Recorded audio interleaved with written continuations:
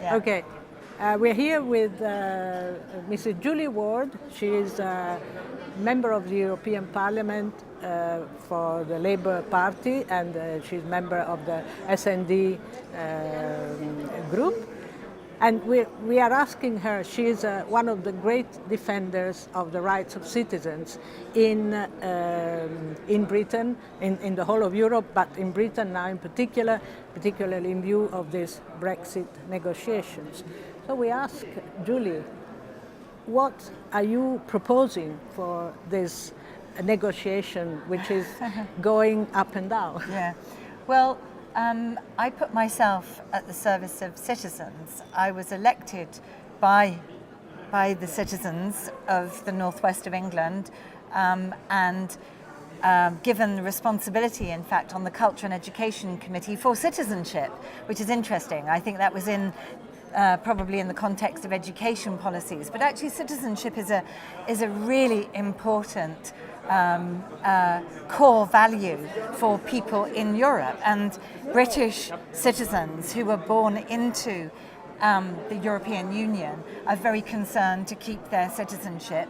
British citizens who took advantage of being a European citizen once we had become a member of the EU changed their lives because of their citizenship rights and their feelings of Europeanness. And EU citizens who are now in Britain, working, studying, living there with partners from other countries, with children who have many citizenships on their passports, and paying into our tax economy.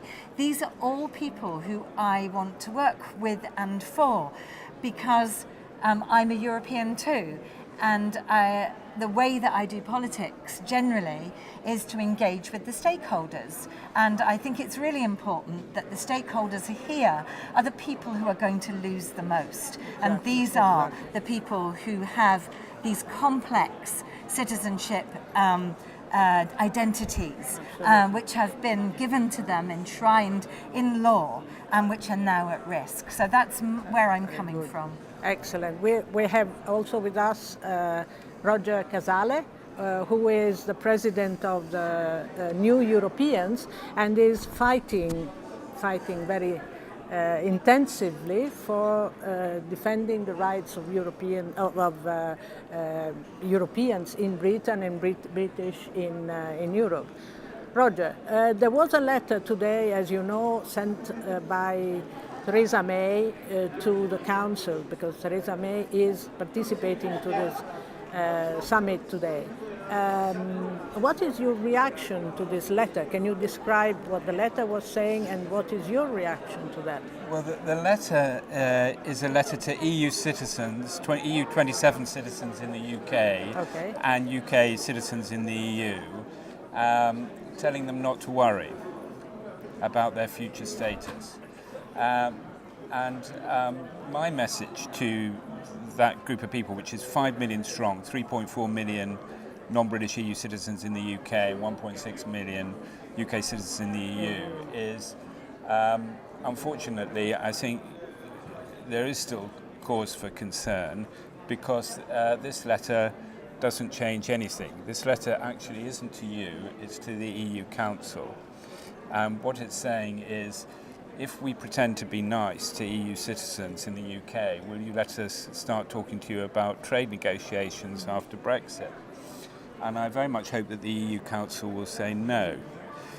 The problem with the letter is that although it sounds as if she is saying they're going to give something back of what EU citizens in the UK currently enjoy, that's not good enough for us. We want to see all of the rights maintained. You use the word pretend as a verb, pretend. So this is, you think, I mean, in the letter, she pretends to be, she says that EU should be nice to citizens, and you use the word pretend, which is interesting. So you don't believe that this is going to happen. She's pretending to be nice to EU citizens, but if you look at the actions that the government is taking, they sent 100 letters by mistake to people saying they had to leave. They're making life very uncomfortable for EU citizens, and in fact, since the referendum, 122,000 EU citizens have left. I don't say that Theresa May does not want to have a situation where EU citizens in the UK have some of the rights still, and especially the right to stay.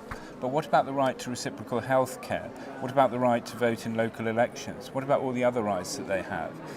I don't say that she doesn't want that for them in the future, but the problem is that if you leave the question of the future status of EU citizens in the UK and the rights that they will have as a result of their future status as something that is part of the Brexit negotiations, you leave everybody in a huge state of uncertainty, because whatever declaration of intent is in the letter from Theresa May this morning, we know that as far as the negotiations are concerned, nothing is decided until everything is decided. And this issue of citizens' rights is not going to be ring-fenced in negotiations.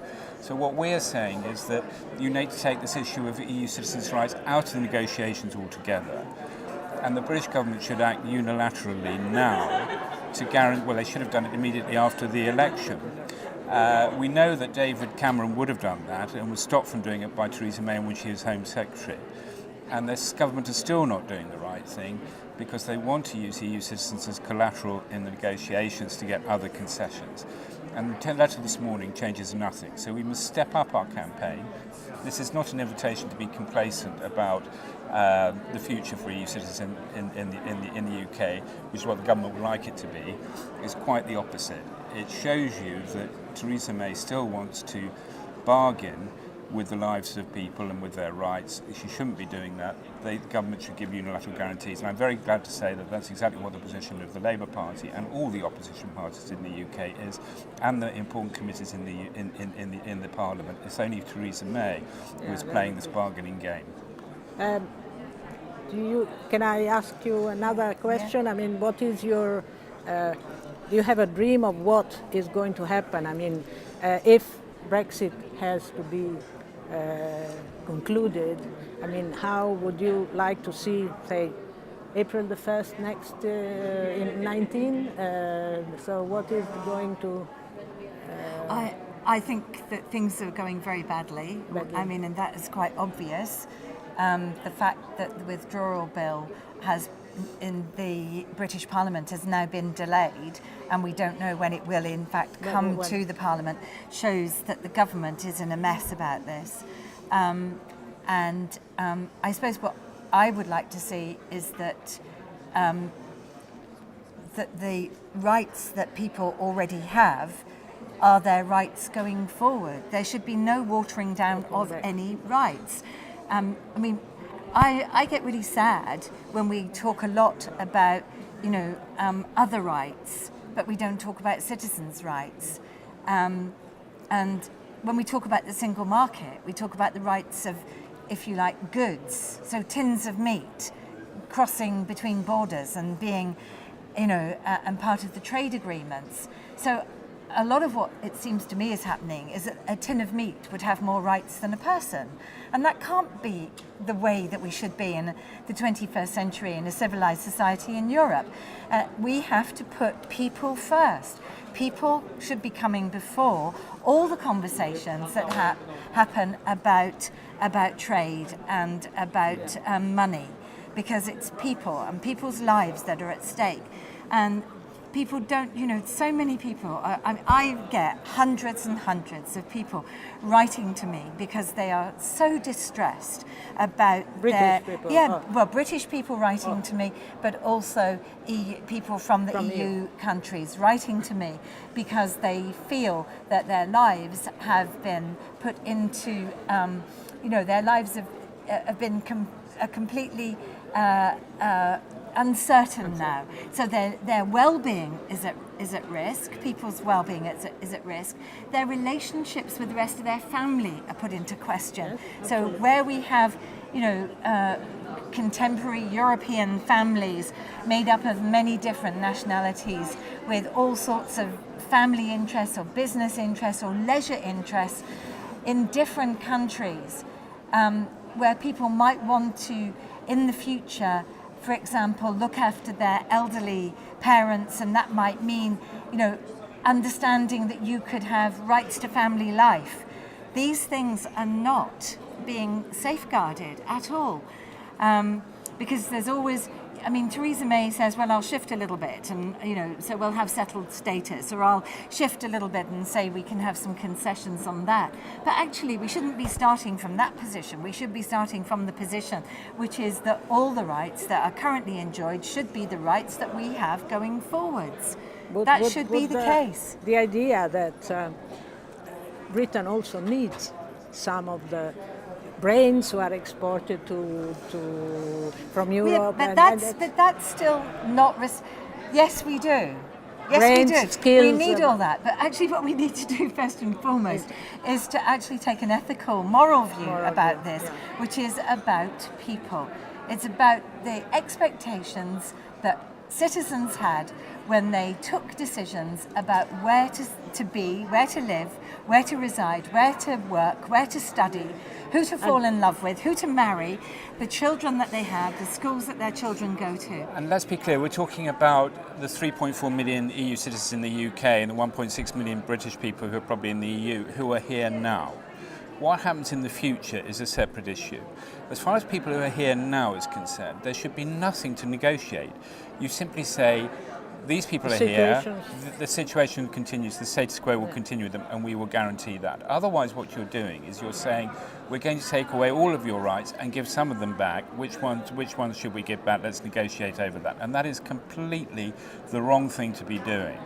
And the devil, of course, as well, is in the detail with all of this. So they say things that may sound reassuring, but actually the whole negotiation game is wrong. And when you look at the things that they actually are offering, well, in detail, then you can see it's not necessarily even that as worth having as they say. So there's only one position that we should adopt, and that is the status quo. And I think what I would like to say as well is I think the European Union needs to be above reciprocity. It needs to be above that. Why? Because it's the European Union. Because the European Union that's why I'm here in Brussels today. And we're very grateful to Julie Ward and the 27 MEPs from different member states and different parties who signed her appeal for the European Union to change the mandate, the negotiating mandate. We want Donald Tusk and the European Council to say to Mr. Barnier, we the European Union will deal with the rights of UK citizens in the EU. They are citizens of Europe. They're ours. It's our business. We will guarantee their rights. There's nothing to negotiate with Theresa May about that. And the other thing that we want Mr. Barnier to be told, which is in the mandate, is you don't have any trade talks with Britain until we have the rights of EU citizens in the UK guaranteed. So the European Union has to play the bargaining game in relation to the rights of EU citizens in the UK, because Theresa May's doing that. But they should not keep in their hand the card that they have at the moment, which is the rights of UK citizens in the EU. UK citizens in the EU are EU citizens. They're children of the EU just as much as they are children of Britain. And the EU has a primary duty to guarantee their rights directly, and that's what we're calling them to do. And for that to happen, we meet regularly with the Article 50 Task Force, and Europeans meet regularly with them. And we know that they couldn't do that even if they wanted to. They need to have a change to their mandate to allow them to stop talking to the British government about the fate of UK citizens in the EU, because the EU is bigger than that and it's going to protect their rights directly. So we have two messages here.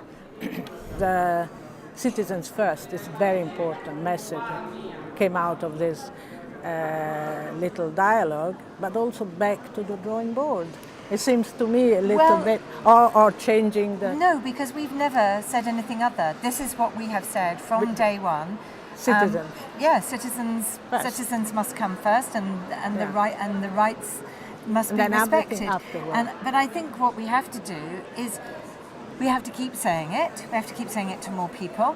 We have to, and I truly applaud the work of New Europeans, because what you've done is to make really good relationships, really trusting. You've made really honest and intelligent relationships with key people in the Commission, in the Parliament, you're talking to the council, so you're talking to all the people, and you're staying on track. And none of us expected this to be as difficult and chaotic and awful as it is being, and or even long-winded. We don't know what transitional arrangements will even mean, but we cannot let up, and we have to keep the energy there, and we have to gather more people to our cause. I think we just have to keep making a lot of noise about it. With a lot of enthusiasm. The European Union, well, yes, and the European Union, they say that they are putting citizens first, and I don't think that anybody in good faith in the European Union imagined that this could drag on so long. They thought they would get a quick agreement, I think, about the fate of EU citizens in the UK and UK citizens here.